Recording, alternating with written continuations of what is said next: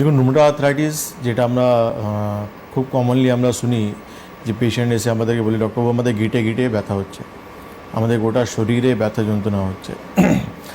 এটা হচ্ছে রুমেটয়েড আর্থ্রাইটিস, যেকে আমরা মডার্ন প্যাথিতে যেটা আমরা জানি যেটা অটো ইমিউন ডিজিজ, আর আয়ুর্বেদে একে আমবাত বলা হয়, যেটা আমাদের শরীরে মানে বেসিক্যালি আমাদের ডাইজেশন সিস্টেমে যখন প্রবলেম হয়, যখন খাওয়া দাওয়া ঠিকঠাক ডাইজেস্ট হয় না, সেখান থেকে যে আম উৎপন্ন হয় তার সঙ্গে মিলিয়ে কিন্তু এই রোগটা আমাদের শরীরে তৈরি হয়, তাকে আমরা আমবাত বলি। সেক্ষেত্রে এই যে রোগ বা এই রুমেটয়েড আর্থ্রাইটিসে আমি আক্রান্ত হচ্ছি বা আমার সমস্যা হচ্ছে, সেটা আমি বুঝবো কি করে?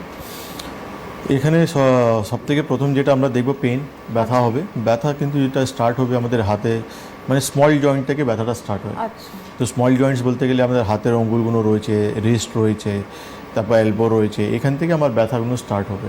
তারপর এই ব্যথাগুলো আস্তে আস্তে আমাদের অন্য অন্য জায়গায় যাবে, ব্যথাগুলো হবে আমাদের জয়েন্টসে। তার সঙ্গে আমাদের একটু স্টিফনেস থাকবে, সোয়েলিং থাকবে, মানে ফুলা ভাব থাকবে, স্টিফনেস থাকবে, সঙ্গে একটু টেম্পারেচার থাকবে আমাদের, মানে একটু শরীর একটু জ্বরের মতন ফিল করবে। এই সিমটম বেসিক্যালি আমরা দেখি রুমেটয়েড আর্থ্রাইটিস পেশেন্টে।